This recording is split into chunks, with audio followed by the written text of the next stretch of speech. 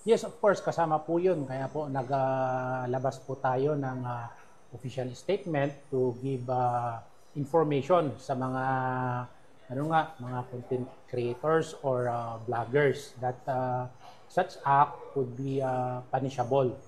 And hoping with that incident na at panawagan ay wala na pong mauulit na ganun na insidente. Opo. In case po may tumangka pong umulit ng ganong act po, ano pong gagawin natin?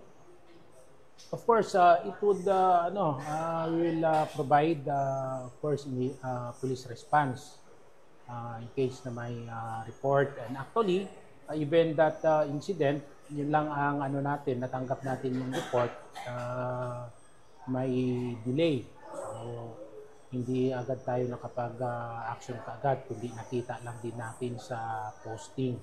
So, ang ginawa natin, yun nga po, in coordination with our local government unit, naglabas lang tayo ng official statement natin condemning that act. And rest assured naman po ng ating kapulisan dito sa Coronadal is in close coordination sa ating LGU na to preempt another incident to happen.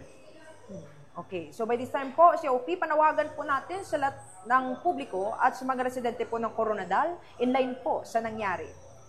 Yes, for Coronadal City Police Station nga po, we condemn that act. Dapat lahat po ng ating mga vloggers would be responsible po. Titingnan din po nila yung kanilang binablog ba o ginagawang content ng kanilang mga postings. Especially yung our round ball is considered a cultural and a historical site. So, dapat respetuhin nga naman. And as to promotions, tama naman din po yun promotion, but with the proper coordination maybe na dapat ang ginawa.